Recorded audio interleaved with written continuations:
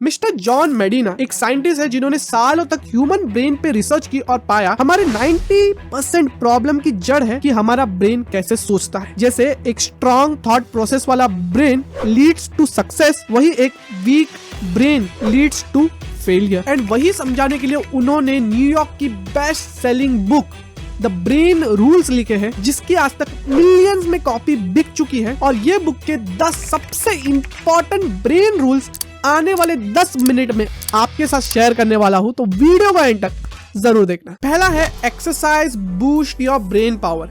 अब जॉन मेडिना ने जब रिसर्च की ना, तो उन्होंने पाया कि जो हमारे एंसिस्टर थे जो अफ्रीका में रहते थे, उन्होंने रेगुलरली बहुत ज्यादा वो चलते थे, मीन्स 12 माइल्स डेली वो चलते थे। लेकिन जैसे जैसे टाइम बीता, हमारे पास सुविधा आने लग गई, इतने आलसी हो गए, हम सिर्फ चेयर पे बैठ के काम करते हैं। इससे क्या होता है कि हमारी जो ब्रेन पावर है वो बढ़ नहीं पाती है। लेकिन आप देखते हो जो लोग फिजिकली फिट रहते हैं उनकी ब्रेन पावर भी बहुत अच्छी रहती है। तो जॉन मेडिना कहते हैं कि एक्सरसाइज करना जरूरी है रेगुलरली, जिससे आपकी ब्रेन पावर जो है वो बूस्ट होगी और आप एक स्मार्ट शार्प बंदे बनोगे। सेकेंड है ब्रेन इवॉल्व टू। इसका मतलब है हमारा जो ब्रेन था वो रेगुलरली इवॉल्व होते गया है ओवर द लॉन्ग रन। पहले जो हम होमो सेपियंस थे, उनका ब्रेन एक लिजर्ड जो चिपकली रहती है, जिसको सिर्फ चलना आता है, खाना आता है और रिप्रोड्यूस करना आता है, वैसा ब्रेन था। उसके बाद हमारा ब्रेन धीरे धीरे इवॉल्व हुआ और फिर हमारा ब्रेन बना कैट का ब्रेन। रिफ्लेक्सेस अच्छे हैं, वो चीजों को समझता है, हैंडशेक देता है, इधर उधर जा सकता है, थोड़ा बहुत क्लेवर है। लेकिन उसके बाद हमारा ब्रेन इवॉल्व हुआ, हमारे ब्रेन के अंदर कॉर्टेक्स आया और आज के दिन जो हमारा ब्रेन है, जो ह्यूमन ब्रेन है, वैसा हुआ जिसके अंदर हम बहुत सारी लैंग्वेज बोल सकते हैं, कोई चीज को बना सकते हैं, कोई चीज को डिसएम्बल कर सकते हैं, अरे यार चांद तक जा सकते हैं, न्यूक्लियर पावर बना सकते हैं, इतनी सारी चीजें कर सकते हैं, क्योंकि हमारा ब्रेन रेगुलरली लर्न किया और इवॉल्व होते गया। और ये एक बहुत ही इंपॉर्टेंट चीज है आज के लोगों को समझना कि हमें रेगुलरली लर्न करना चाहिए।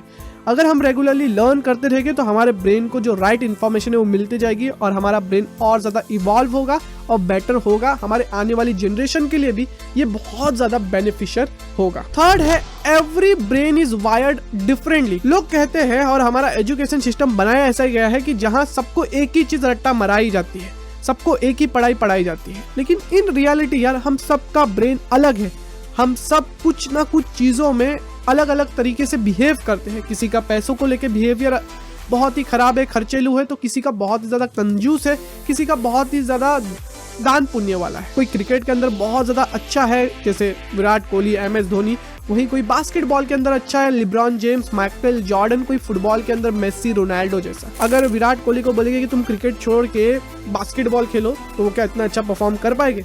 नहीं कर पाएंगे। वही रोनाल्डो को बोलेगे कि तुम फुटबॉल छोड़ दो और क्रिकेट में जाके परफॉर्म करो, तो वो कर पाएगा क्या? नहीं कर पाएगा, क्योंकि every brain is wired differently और वैसे ही उनका जो रिफ्लेक्सेस है, बॉडी है, वो परफॉर्म करती है। तो आपको अगर आपकी चीज पता चलती है कि आप कौन सी चीज में अच्छे हो, तो उसको पैशनेटली वर्क करो और वही चीज के अंदर आगे बढ़ो, तो आपको बहुत बहुत अच्छे रिजल्ट मिल सकते हैं। फोर्थ है कि हमारा ब्रेन जो है वो बोरिंग चीजों पे ध्यान नहीं देता है, और ये एक सच सी बात है, क्योंकि हाई डोपामिन एक्टिविटीज जो रहती है, जिसके अंदर जंक फूड आ गया, पॉर्न आ गया, रील्स आ गई, अल्कोहल हो गया, जहाँ डोपामिन हिट बहुत ज्यादा मिलता है, वहां हमें बहुत ज्यादा अच्छा लगता है और लोग उसके एडिक्शन के शिकार हो जाते हैं।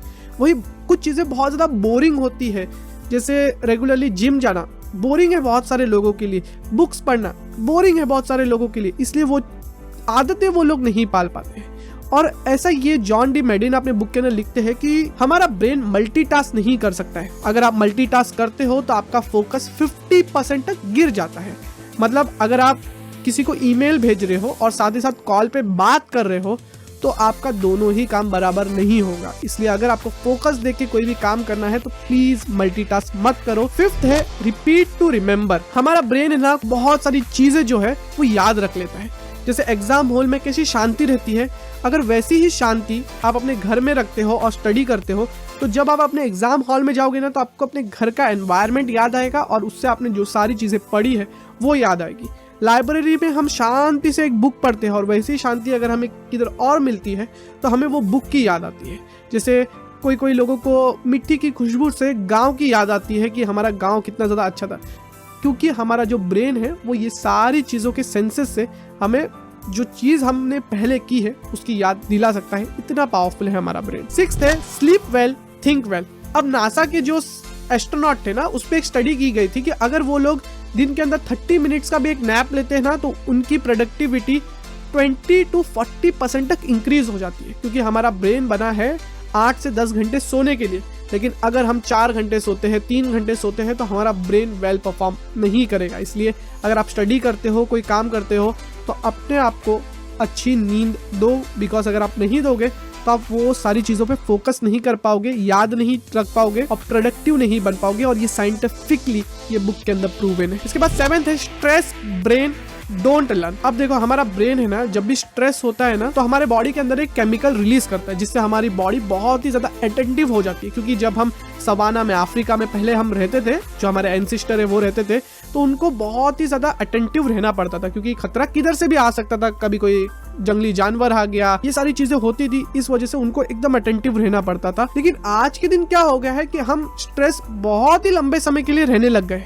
तो कभी कभी तो केमिकल रिलीज होता है, लेकिन वो केमिकल अगर बहुत ही ज्यादा रिलीज होने लग जाता है ना, तो हमारी जो लर्निंग करने की कैपेसिटी रहती है ना, वो कम हो जाती है। क्योंकि अगर आप स्ट्रेस ज्यादा लेते हो तो आपको over the long term heart disease भी हो सकती है। 8 है stimulate more of the senses. जो हमारे सेंसेस रहते हैं, जैसे आंख, नाक, कान, ये सारे सेंसेस बहुत बहुत पावरफुल रहते हैं।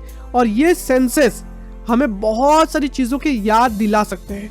क्योंकि जैसे मैंने पहले बताया कि हम एक सुगंध से, मिट्टी की सुगंध से हमारे गांव की चीजें याद कर सकते हैं, हमारे गांव को याद करते हैं और वहाँ क्या क्या चीजें थी उसको याद कर सकते हैं। वैसे ही कोई पर्सन के परफ्यूम से आप कोई दूसरे पर्सन को भी याद कर सकते हो। किसी की आवाज से, कोई गाने से हम कोई एक जमाने के इमोशन को, एक जमाने की मेमोरी को, उसको याद कर सकते हैं।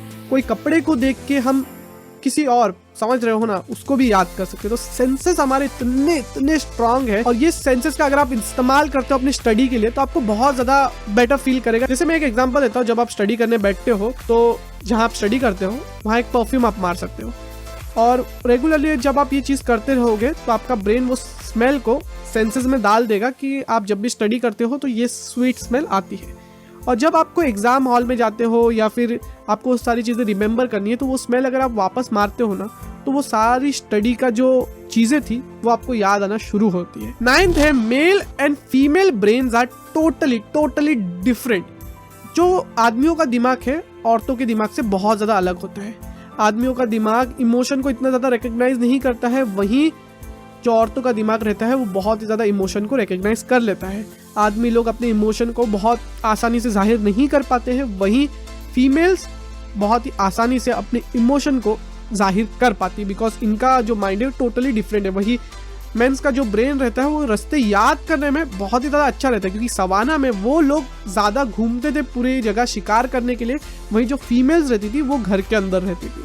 तो आप ये सारी चीज़ों से समझ सकते हो कि हमारे एंसेस्टर का, हमारे सर्वाइवल का आज के दिन भी हमारे ब्रेन्स पे कितना ज़्यादा इफेक्ट पड़ता है। इसके बाद लास्ट है कि हम नेचुरल सर्वाइवर है, नेचुरल एक्सप्लोरर है, इसलिए हमें हमेशा अपनी क्यूरियोसिटी जो है वो जगाए रखनी है। क्योंकि पहले भी जब हम सवाना में थे, अफ्रीका में थे, तो हम बहुत सारी चीज़ों को जाके देखते थे, क्यूरियोसिटी थी, नेचुरल चीज़ों को एक्सप्लोर करते थे, जिससे हमें नई नई चीज़ें सीखने मिली, नई नई जगहों पे हमें जाना मिला, जिससे आज के दिन भी हम सर्वाइव कर पाए। क्योंकि अफ्रीका में जब ड्राउट पड़ा था तो लोगों ने क्यूरियोसिटी और सर्वाइवल की वजह से दूसरी जगहों पे जाना शुरू किया था, माइग्रेट करना शुरू किया था, जिस वजह से आज तक हम सर्वाइव कर पाए हैं। इसलिए आपको भी लर्न करते रहना चाहिए, ग्रो करते रहना चाहिए और नई नई चीजें एक्सप्लोर करते रहना चाहिए, जिससे आपका ब्रेन भी इवॉल्व होगा और एक strong brain over the long run बनेगा। तो विश करता हूँ आज की बुक ये जॉन मेडिना की आपको अच्छी लगी रहेगी।